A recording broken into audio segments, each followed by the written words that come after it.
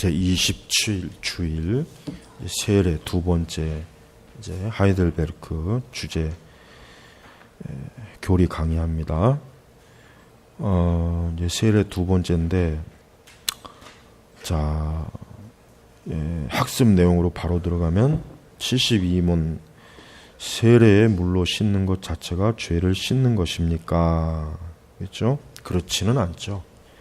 물이라고 하는 것은 물리적인 것이겠지, 물이 우리의 죄를 씻는다면 진짜 얼마나 좋겠어요. 안 그래요? 그럼 그냥 날마다 진짜 하루 24시간 씻고 있을 텐데, 그렇지 않습니다. 오직 예수 그리스도의 피와 성령만이 우리의 모든 죄를 씻습니다.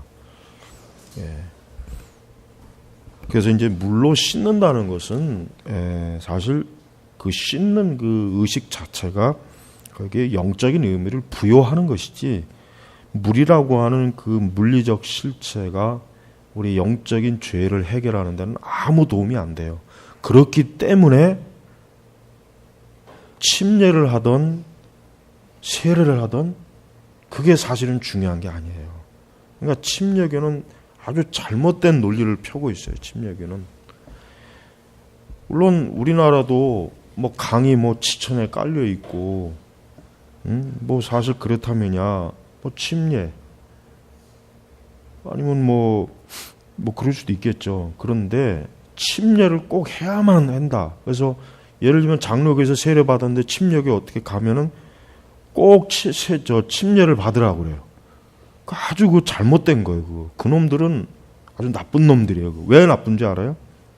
여러분, 세례 받을 때 누구의 이름 받습니까? 목사 이름 받나요? 성부, 성자, 성령 이름으로 세례 받는 거예요. 근데 감히 지들이 뭔데 침례를 받아야 된다고 감히 그런 헛소리를 하고 있어요. 그 침례교 아주 그거 보면 굉장히 불쾌해요. 그거. 그러니까 앞으로 저 침례교에서 침례교든 뭐든 다시 세례를 침례를 받아야 된다라고 하면은 그딴 헛소리 좀 그만 집어치우고, 그러면 여기 그러면 물이 우리의 죄를 씻는 거냐, 그걸 물어봐요. 그럼 물이 우리의 죄를 씻는 거냐? 물이 만약에 우리의 죄를 씻는다면 나도 침례하겠다. 그럼 나도 침례를 하겠다 이거예요. 근데 세상에 어떤 침례론자들이 물이 죄를 씻는다고 그렇게 말하는 그런 사이코들은 아마 없을 거예요. 그죠? 그러니까 그러한 우리 칼빈의 장로교 세례를 약식 세례라는 둥 그런 식으로 비웃는 그 사람들은 이런 아주 기본적인 것, 즉 예수 그리스도의 피와, 만약에 그딴 식으로 하면은 더 깊이 만약에 들어간다면 우리의 죄는 예수님의 피로 씻어진다면 2000년 전에 십자가에서 돌아가신 예수님의 피밖에는 우리 죄를 씻지 못한다. 또 그딴 식으로 얘기할 수도 있어요. 만약 더 극단적으로 그런 식으로 고집을 부린다면. 근데 그것도 아니잖아요. 그죠? 오직 뭐예요? 영적인 거예요. 성령에 의한 그리스도의 피와 성령만이 우리의 죄를 씻는 거지. 어떻게 침례를 했다고 해서 그게 온전치 못한 세례 방식이다. 그거는 전혀 말도 안 되는 거니까, 앞으로 혹시라도 침례론을 주장하는 사람들이 있으면은 긴 말할 필요 없고, 그럼 물로 우리 죄를 씻겨지느냐, 그거 한 가지만 물어보면 할 말이 없어요. 만약에 물로 죄가 씻어야 된다 그러면 그건 이단이 되거든. 그건 누가 봐도 이단이지. 그건 안 그래요? 자, 73문. 그렇다면 왜 성령은 세례를 중생의 씻음과 죄를 씻음이라 부르십니까? 이제 이게 중요합니다. 요걸 잘 이해 못하는 분들이 꽤 많아요. 자, 하나님께서 그렇게 말씀하신 충분한 이유가 있습니다. 하나님께서는 물이 우리 몸에 더러운 것들을 씻어주듯이 그리스도의 피와 영이 우리의 죄를 씻어준다는 점을 가르치기 원하시는 것입니다. 그러나 더욱 중요한 것은 하나님께서 이러한 신적 약속과 증표를 통해서 우리 죄에 대한 영적인 씻음이 물로 몸을 씻는 것처럼 실제적이라는 점을 확신시켜 주길 원합니다. 그러니까 우리가 이제 여기에서 제일 중요한 게 뭐겠습니까? 우리는 성령 안에서, 그 성령 안에서 결국 하나님께서 우리가 믿음으로 그리스도의 피로 씻음 받는다라는 그 믿음이 실제적으로 성령을 통해서 어때요? 실제로 우리 죄가 씻어지는 작용을 한다는 거예요. 그러니까 우리가 이 중생의 씻음, 이 중생의 씻음, 즉 예수 그리스도를 믿는 그 순간 벌써, 그러니까 우리가 우리의 믿음 이전에 먼저 성령의 내주하심이 먼저 믿음이 먼저가 아니라 성령의 내주가 먼저란 말이에요. 성령께서 우리에게 믿음을 주시기 때문에 굳이 순서상 따지면 성령의 역사가 먼저예요. 그러니까 성령의 역사하셔서 그리스도를 믿을 때 실제적으로 뭐예요? 우리 죄가 그 성령님에 의해서 예수님의 피로 씻어지는 거, 이게 지금 중생의 씻음이 바로 그걸 얘기하는 겁니다. 그러니까 절대로 이 부분에 이제 혼동하지 말고, 우리는 예수님이 그 2000년 전에 그 골고다라고 하는 곳에서 분명히 죽으셨어요. 성경에 보면 분명히 물과 기름을 쏟으셨다 그랬단 말이에요. 그럼 그때 물과 기름은 실제적인 쏟음이에요. 가짜가 아니란 말이에요. 설마 뭐 예수님이 뭐 케찹 발라가지고 옆구리에서 뭐 쏟아냈겠어요? 그러진 않란 말이에요. 실제 그분의 몸에서 피와 물이 쏟아졌어요. 그러니까 하나님께서는, 성령께서는 바로 그 예수님이 실제로 십자가에서 물과 피가 쏟아진 그 자체가 뭐예요? 이미 벌써 죄인들을 위한 그 대속, 씻음의 근원을 거기다 두는 거예요. 그래서 이제는 예수님을 믿으면 바로 예수님이 그 믿는 그를 위해서 사실 뭐예요? 십자가에서 죽으시는 것으로 하나님께서 그렇게 정하신 것이라. 이거 바로 복음이란 말이에요. 그래서 우리가 어떤 일이 있어도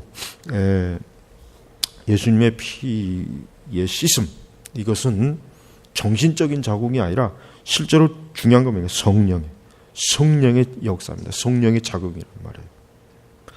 자, 우리 73은 유아도 세례를 받아야 합니까? 이 유아 세례에 대해서는 뭐 사실 뭐 다른 이제 유아 세례를 반대하는 그러한 곳에서는 뭐 신학적으로 교리적으로 여러 가지가 있어요. 자, 근데 우리 하이델베르그 문답에서는 자, 그렇습니다. 그것은 유아들도 어른들과 마찬가지로 하나님의 언약과, 이게 언약 신학에 근거하죠. 언약 신학. 교회에 속하고 그리스도의 피를 통한 죄의 용서와 믿음을 주시는 성령의 약속이 어른들뿐만 아니라 유아들에게도 주어졌기 때문입니다. 그러므로 유아들도 언약의 증표인 세례를 통해 그리스도 교회에 속하여 불신자의 자녀들과 구별되어야 합니다. 구약에서는 이것을 할례를 통해 이루어졌으나 신약에서는 대신 세례가 제정되었습니다. 이건 사실 이제 언약 신학을 개념을 알아야 이해가 되는 문제인데, 이제 침례교나 재침례교도들은 이 유아 세례를 단호하게 반대했죠. 왜 그러느냐면은 우선 유아들이 예수 그리스도의 실제적인 대속의 지식이 없는 상태에서 어떻게 세례를 줄 수 있느냐 이거죠.